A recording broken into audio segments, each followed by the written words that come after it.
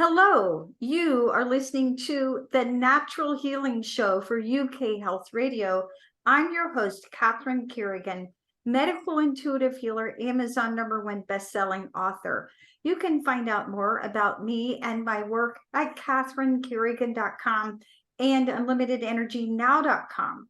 While you're there, definitely sign up for my newsletter so you can learn even more about how you can heal yourself naturally. Now, our guest today is Yamini Bhatt.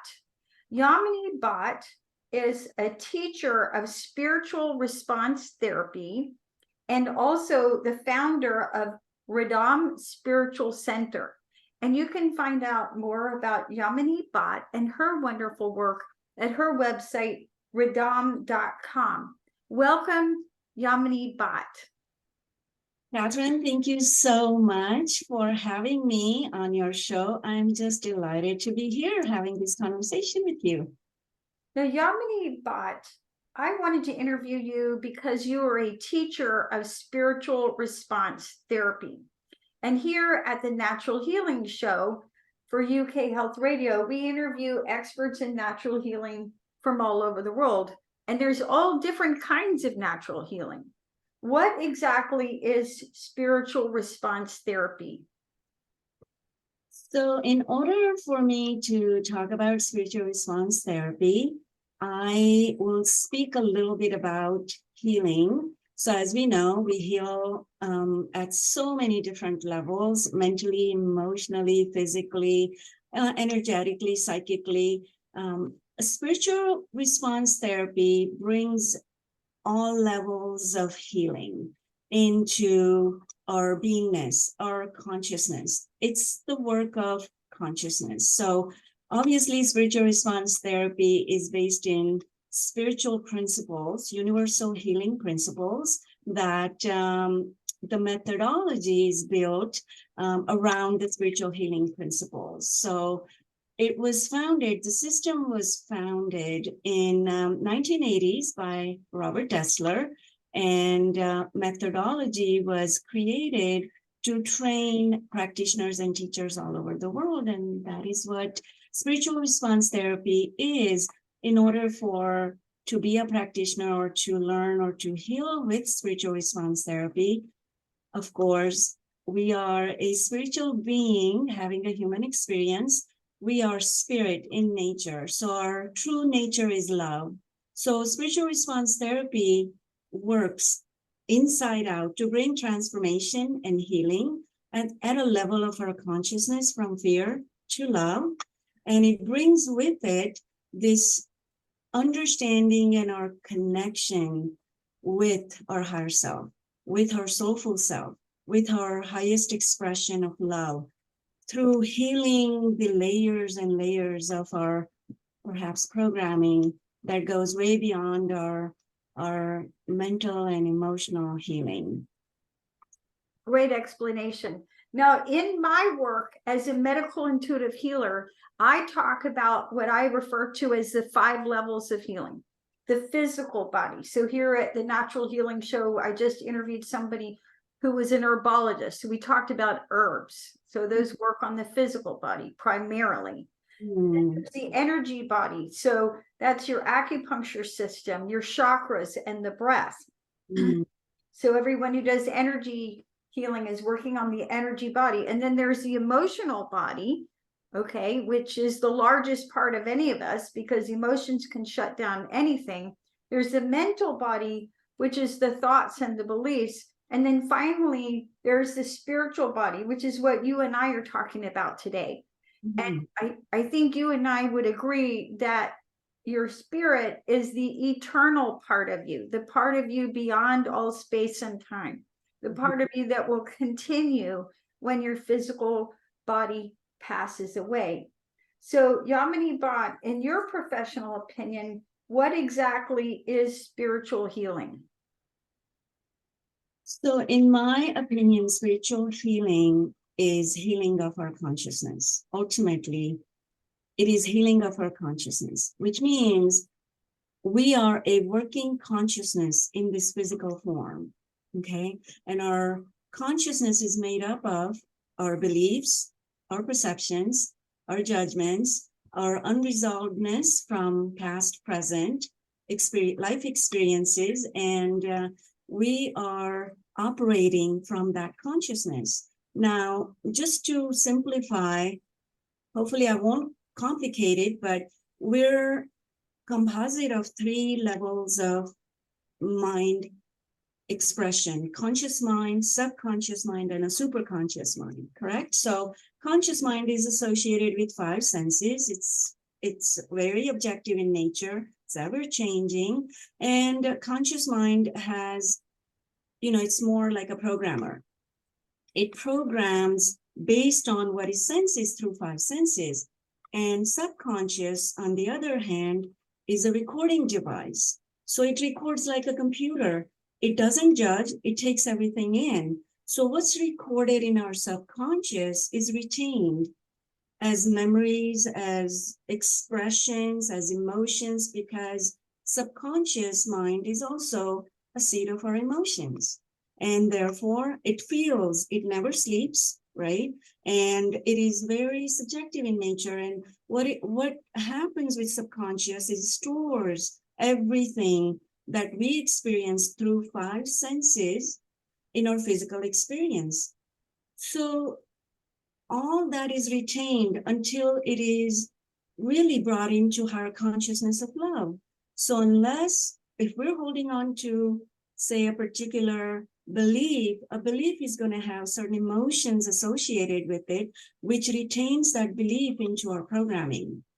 And until these emotions are addressed, not just what's being expressed out, but what's deep within, which 80 to 90% of our choices and decisions really come from our subconscious. So subconscious is really what informs our conscious actions and our expressions. So we have to tap into, first through subconscious, reaching deep within our superconscious. So our superconscious mind is the 3rd level. Well, we're supposed to be here united in our expression, and yet we're separated. So the superconscious is the prime mover. It is also called Holy Spirit, light within, Father within. It's what's inside of us that's really moving our consciousness forward. So we're interested in that. We're interested in accessing, healing that consciousness that has gotten distorted through our life experiences, either through traumas, either through negative experiences, negative programming by others or by ourselves. We are interested in healing that in order to make permanent, lasting change, healing, and transform our lives from fear-based living to love-based living, from survivorship to creatorship. We're here to create, and we create from our consciousness. So we want to access that highest consciousness that is our true nature, which is love. So that's the process of healing. In my opinion, when we heal spiritually, that is the only thing that's happening, is we're healing what's not love, what's not expressed through our highest consciousness, which is love or radiant love or greater love. We want to be greater love in action in every step of the way. And that's our journey here in the physical body. Great explanation. Now, Yamini Bhatt, this program will be listened to by listeners literally all over the globe of all different religions. What is the difference between spiritual healing and religion? Well, if you think about it, religion has only one message, no matter which religion you're talking about, and that message is of love. And if our spiritual nature is love, if our spirit within is love, then that's all that needs to happen, is a love, embodiment of love, expression of love, healing what's not love within us. So to me, religion has its place to help and assist those who are seeking perhaps a sacred container, a sacred place to pray, to meditate, to, to do certain specific practices designed by their specific religion formation. So, and that's all good, as long as it leads us towards, right, this unified version of us, which is love. Unified version of us is our mind doesn't do one thing, our body doesn't do another thing, our spirit is believing something else. Instead, we come together as this united consciousness in love, where we speak, we feel, we experience, we embody, we express that frequency of love. That's our true nature. So if religion is helping us move in that direction, then we're on the right path. I don't think there is one path that takes us to our own spiritual exploration of searching who we are. Mankind is searching for eons these questions. Who am I? Who am I? And we're seeking answers out there. And yet, if practices and methodologies and techniques that we use that brings us closer to that part of us where mind, body, heart, soul, spirit are all united, and we're able to express, embody that beingness into the world, that is what we're here to accomplish. So to me, in a larger sense, there is no difference. But in a minute sense, I would say this: no matter what spiritual practices or religious practices you're doing, if it leads you towards first the inner experience of oneness, because as within, so without. So if I don't experience my oneness within me, then how can I express it? Then religion becomes just a religion. It does nothing really. It just gives us a certain identity. Well, we're here to search and experience and embody our true self, our true spiritual nature. So if religion is doing that, then we're walking the same path, whether you call it religious or spiritual, in my opinion, because I've experienced both and I continue to experience both. I love every aspect and every practice that comes my way that brings me closer to that expression. So Yamini Bhatt, my 10th book is called Reading the Soul. And Reading the Soul is about, when I do a medical intuitive reading, I'm reading again those 5 levels: the physical, energetic, emotional, mental, and spiritual. But Reading the Soul is about, when I'm doing a medical intuitive reading, I'm looking at what is happening with a person at the soul level, right? And I talk about several things: unconscious, conscious, unconscious, awakening unconscious, right? So in other words, where are you in your spiritual journey? When you're unconscious, you're a little bit disconnected from your spiritual nature. When you're awakening, you wake up to the fact, oh my gosh, I'm a soul having a human experience. And when you're conscious, you are aware and living your purpose of, I'm a soul, this is my purpose. I talk about karmas, right? What's going on with you at the karmic level. I talk about what heals you at the soul level, right? I look at soul wounds that you have, because sometimes we experience wounds that go past the emotional. They're so deep, we can experience a wounded soul. So I talk about all this in detail in my book, Reading the Soul. Now, in your opinion, how is spiritual healing different from other forms of healing? Well, I don't think that spiritual healing is different. I feel that every form of healing leads us towards that one thing and one thing only, which is to find our true nature. And to find our true nature is spiritual work.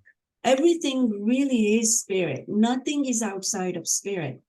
we are living on a planet where we have this duality and polarity, which is good and bad, right and wrong, dark and ugly, or dark and light, beautiful and ugly, however it goes. So when we are experiencing any form of healing, in my opinion, whatever that experience is, whether we're focusing on physical healing or emotional healing or mental healing, I don't think it's separated.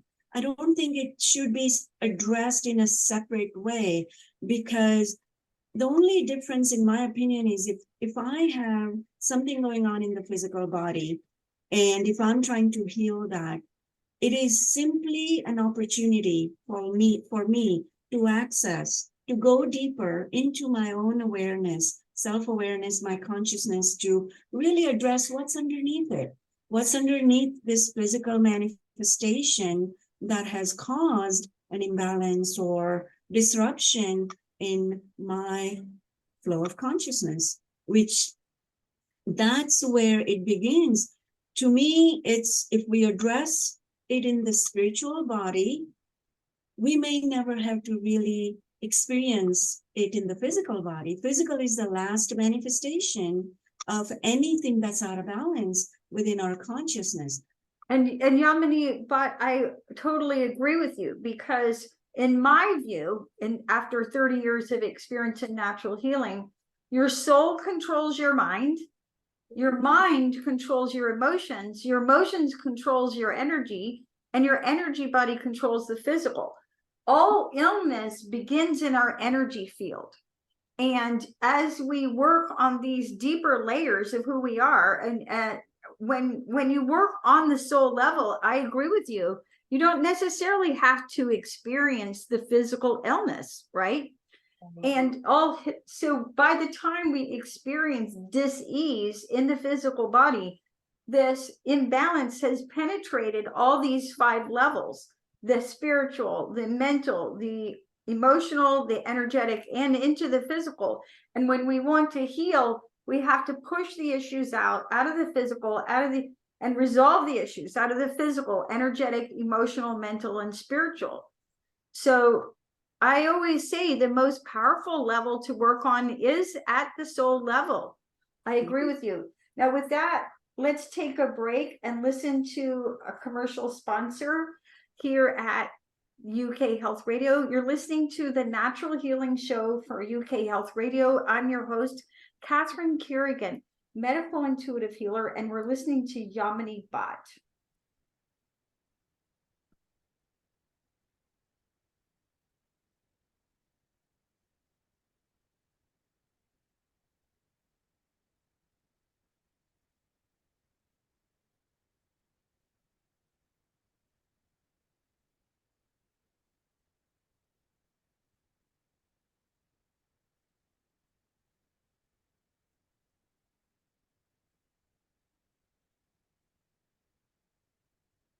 So Yamini Bhatt, in my book, Reading the Soul, I talk about karma that people may be working through. I talk about wounded spirit, which you may have experienced. I also talk about what will heal you, because different things work for different people, right? And they're all different terminologies. You talk about soul programs. In your professional opinion, what is a soul program? So soul program is, we spoke of subconscious mind. So subconscious mind is like a retention well, like it retains information. And once the subconscious mind retains information, until it is released, it will carry it, which means if we have something programmed or stored in our subconscious as a negative experience, then obviously these experiences are happening in the physical experiences or physical realm. So we accumulate. Soul is forever evolving. So we are continuing to experience lifetime after lifetime. And if we continue to just accumulate these negative experiences, and do not work on healing or clearing or releasing it's not the experience that really we're trying to get rid of. We're interested in when a negative experience happens, there is an emotionally charged energy because of a judgment that might have been placed on that experience in our existence. So when that judgment is placed, there is emotional energy that keeps that judgment in place. It could also create a belief because of that judgment. And a belief could be a negative belief that gets very deeply lodged in the subconscious. So as long as these beliefs are there and this emotional charge is there, the subconscious mind is not free. No matter what we do at an outer level, it will not allow this deeper level of healing to happen. So let me give you an example if we're interested in just sort of, thinking. So if someone is dealing with prosperity blocks, for example, in their life, which is a very common block, but not everyone has the same programming. But one common, programming that I find is religious lives that that person or that soul might have had as part of their life experience. And one of, or a few of their life experiences were as nun or priest, or where they had to take religious vows. Now, and I'm going to interrupt. And yes, I agree with you. In my work as a medical intuitive, I look at past life vows, right? Correct. And these are vows that you took in another lifetime that may be affecting you today. So vows of chastity, poverty, and obedience are very, common. Or vows to be a caretaker, vows to deny love, right? These are deep vows that you took in another lifetime, and they may be affecting you and have affected you through many, many lifetimes. Right. And so the soul program is what's in between this, right? So here's a story from a past life. Here's my experience I'm having right now. And what's in between is this charged emotional body or emotions that are keeping this whatever programming alive. And so the emotions, may have it's not so much about the poverty vow, but the emotional charge around it. And the belief, right? The belief that gets established in the process is I have to be poor in order to find God, or in order for me to receive God's love, I have to be poor and suffering. And this belief gets very much lodged. And this is exactly what you were saying. I 100% agree that it causes in our subsequent incarnations or life experiences or information that our subconscious is informing, and that says, well, if I'm spiritual, then I can't have money. I have to be poor. If I want love, then I won't find God. So abdication of love was one of the vows, or abdication of personal responsibility, or being subservient to fill in the blank. What, right? All these contributes to our consciousness in our current reality. This is what we come in to address. And, another vow that I see really being acted out in today in the Middle East is past life vows of vengeance. So past life vows of vengeance. So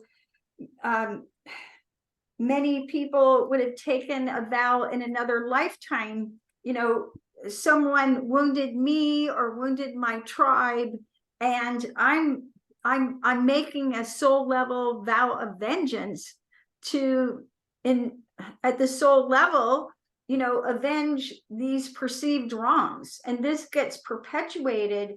I think that when so many people today have a great deal of difficulty looking out at the world and understanding, why is this happening? Why is there a war in Ukraine, between Ukraine and Russia? Why is there a war between Hamas and Israel? And And there can be hundreds of explanations depending on who you talk to.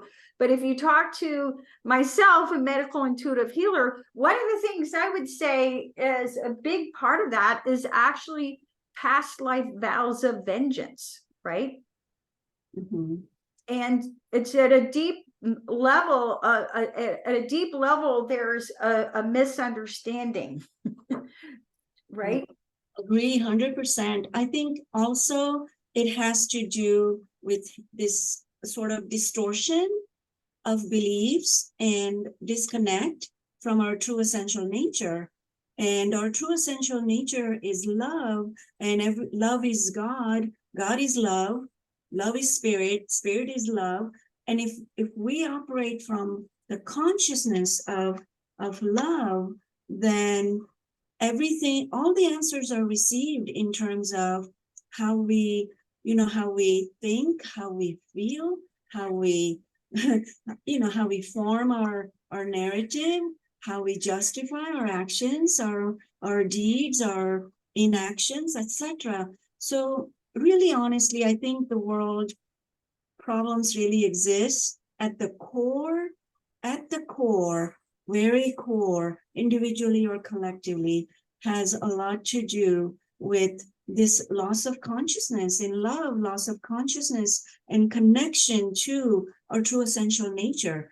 And anything we do to heal that is what's needed right now. For sure. Right? Anything we could do to help facilitate that level of healing within our consciousness.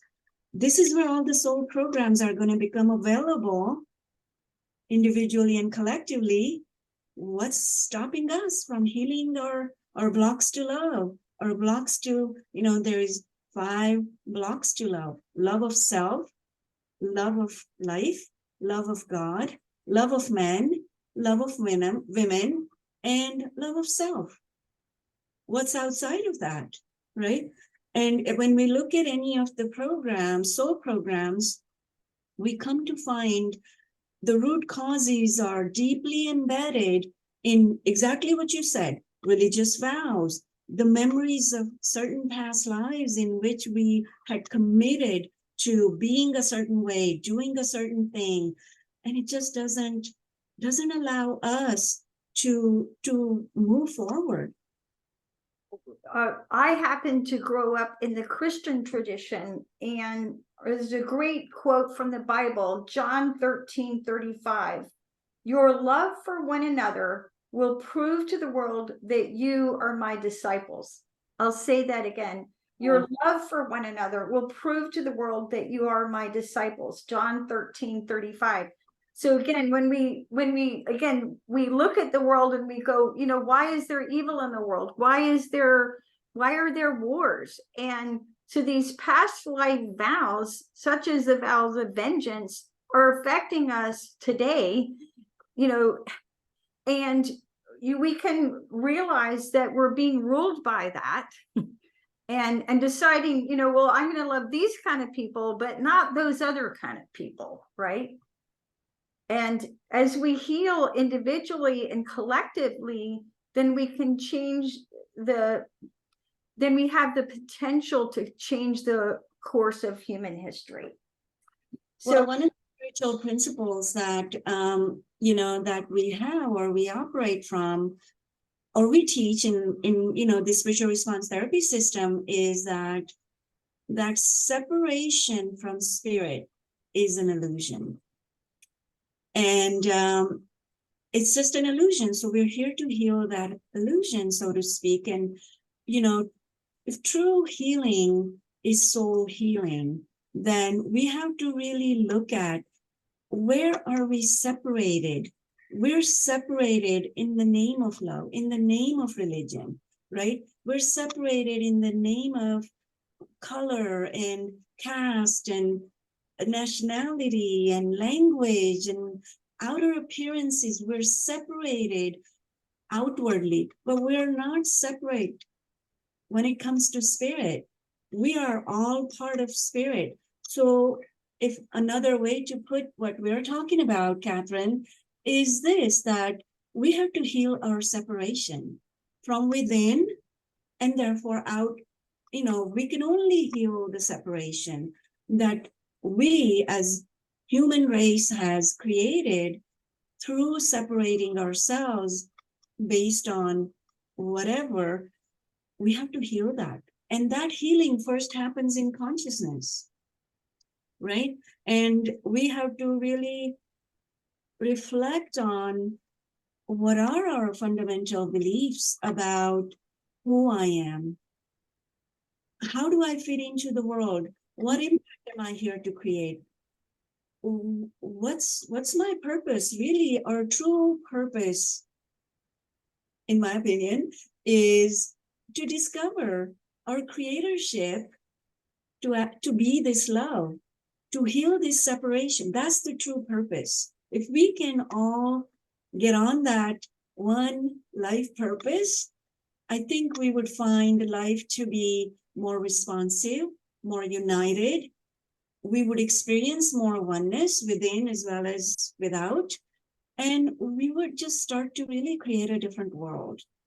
And I think more than ever, we're being given that opportunity. As terrible as the state of our world is right now, I also feel, since we are in this duality, polarity, planet, we have an opportunity, a huge opportunity, right? To transcend what's been part of our human history that isn't serving us moving forward. We also have to question, what is our lineage? What is our legacy as we move through this journey of incarnation?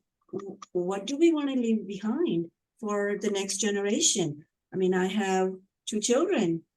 They're going to have children. I want them to have a better world, not living in this divided, separated, way, but rather more united, more inclusive, more connected. And I think it can only be accomplished if we can heal our spiritual issues, which are right at the core, is what soul programs are about. It's healing. Soul healing is about. Soul doesn't really need healing. We know that, right? In the purest way, soul is whole and complete. But soul wants to experience and express through this physical form the duality and transcend what isn't fully aligned with this oneness, this aspect of ourselves that is whole, that is complete, that is just fullness of that love that we speak of. I think it's time to really experience, embody, and express that energy that we've been speaking for hundreds of years on the planet. So Yamini Bhatt, so many of my clients are highly sensitive people, and highly sensitive people are greatly disturbed by the war and wars, plural, going on in the world. But another way of looking at it, in my professional opinion, as a medical intuitive healer, is that we live in a field of maximum karmic opportunity. And no matter what other people are doing, I can choose oneness. I can choose to practice loving everyone around me. I can choose to make choices that are different and not to be run by old programs, past life vows of vengeance, past life vows of chastity and poverty. So as in my professional opinion, as we identify the past life vows that are running people and running what's happening, and choose to make different choices, then we can free ourselves and contribute and literally be the light in the world, because only light drives out darkness. And as we reconnect with our true spiritual nature, then we can reconnect to the light that we are and share that. Now, let's take a break and listen to a message from one of our commercial sponsors. My name is Catherine Carrigan, medical intuitive healer, and we're listening to Yamini Bhatt.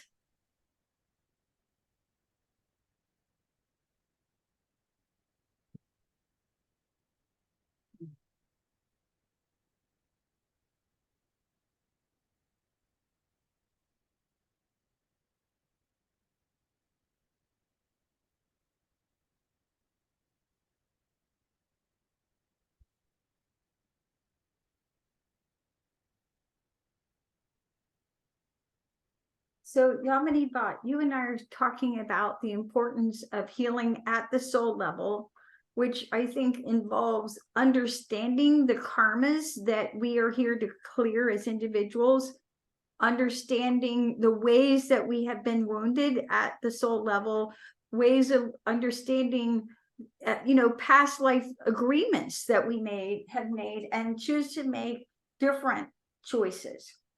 How do we go about, in your opinion, healing from negative soul programs?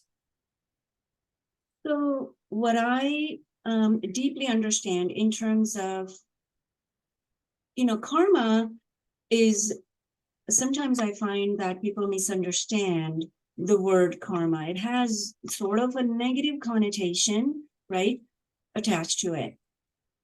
To me, karma is nothing more, nothing less than unresolvedness around an experience that we may have had either in this life or other lifetimes. Around that experience, as I said earlier, there was emotional energy or a judgment connected to that experience. Oh, that experience was terrible. And because of that terrible experience, there may have been unresolved energies of, perhaps, say there was a betrayal, a huge betrayal in a person's life. And the past life connection might be that this person had, like you said, taken vows to never be in a relationship where they can get betrayed, never trust anybody, or there might have been an experience of feeling alone, or there is certain emotional energy that stayed intact because of that betrayal experience. And it could be guilt, it could be fear, it could be anger, it could be resentment. We could label anything we like, but it all falls under this one umbrella of fear-based energies. So one of the things in our work that we do using SRT process is to really spiritual response therapy. Yes. Spiritual response therapy. We identify the root causes, and the root causes leads us to identifying this unresolved energies. So unresolved energies, in other words, is unforgiven energies.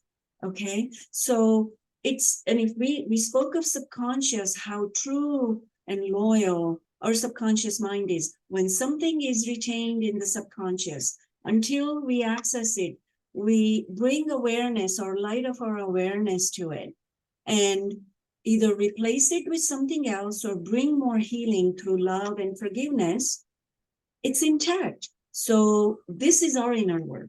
This is the work we do as part of our spiritual work, as part of our healing our soul programs.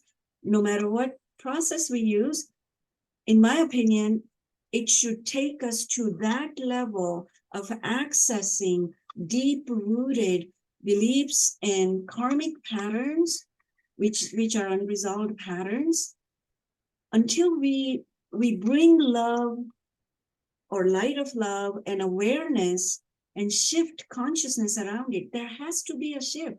I call that a soul shift. It isn't a shift in the mind. It isn't rewriting our story, perhaps, but it's more about a shift in consciousness, right? Consciousness of, say, resentment and fear and anger and bitterness. All of that separates us from our true nature. So Yamini Bhatt, I have a similar but maybe different understanding of karma. Yes. My understanding of karma is cause and effect.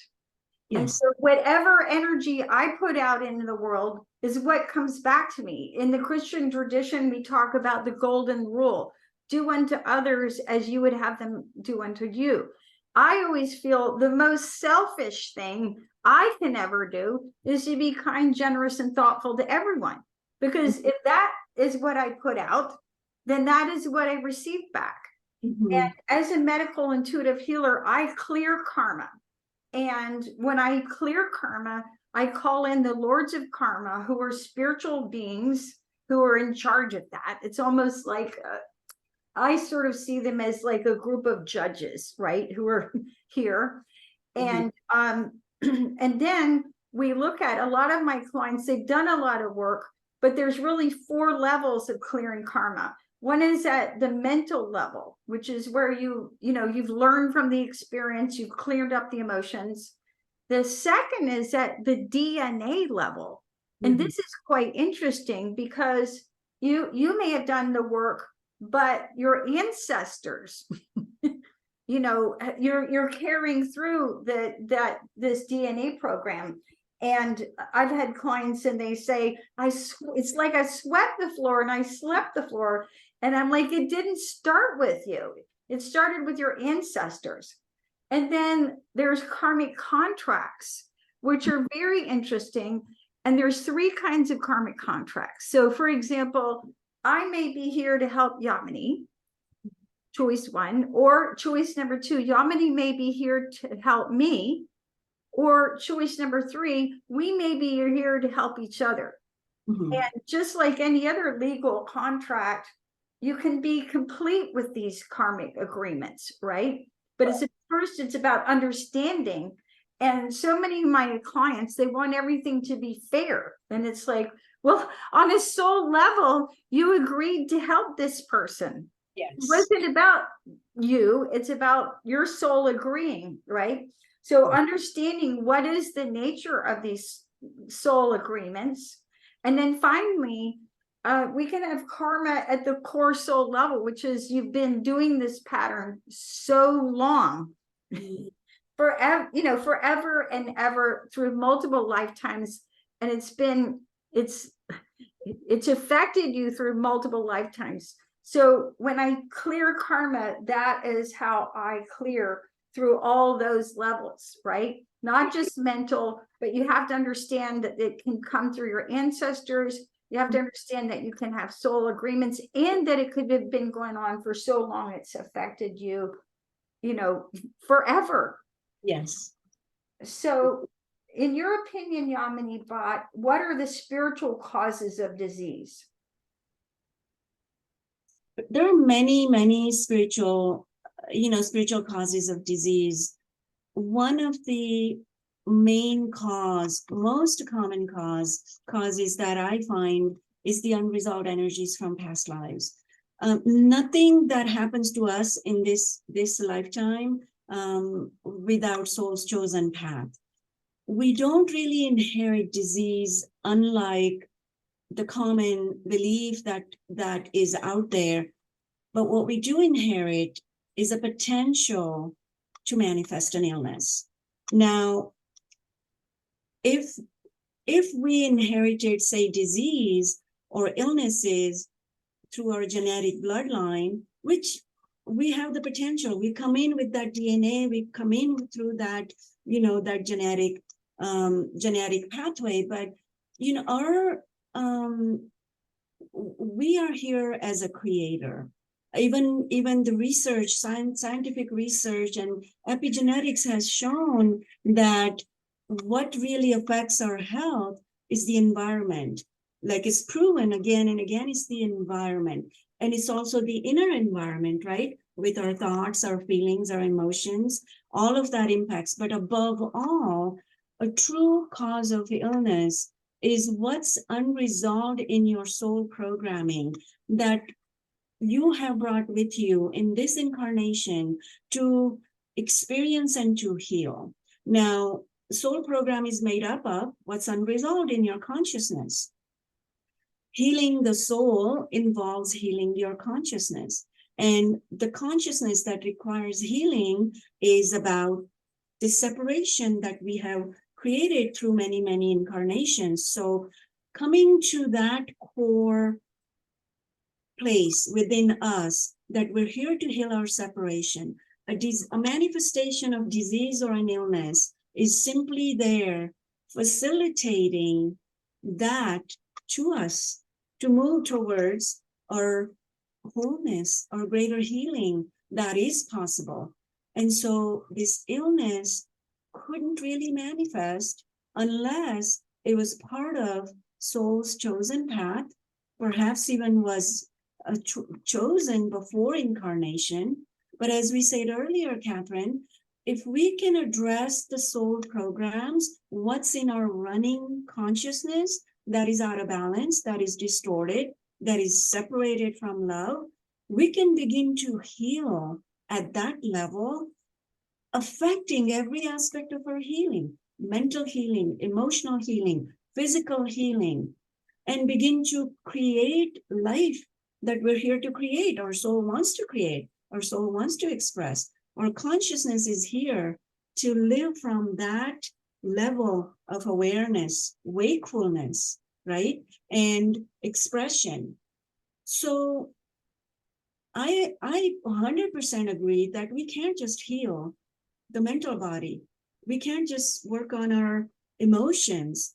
We can't just clear one aspect. We're multidimensional beings. So we have to heal all aspects of us.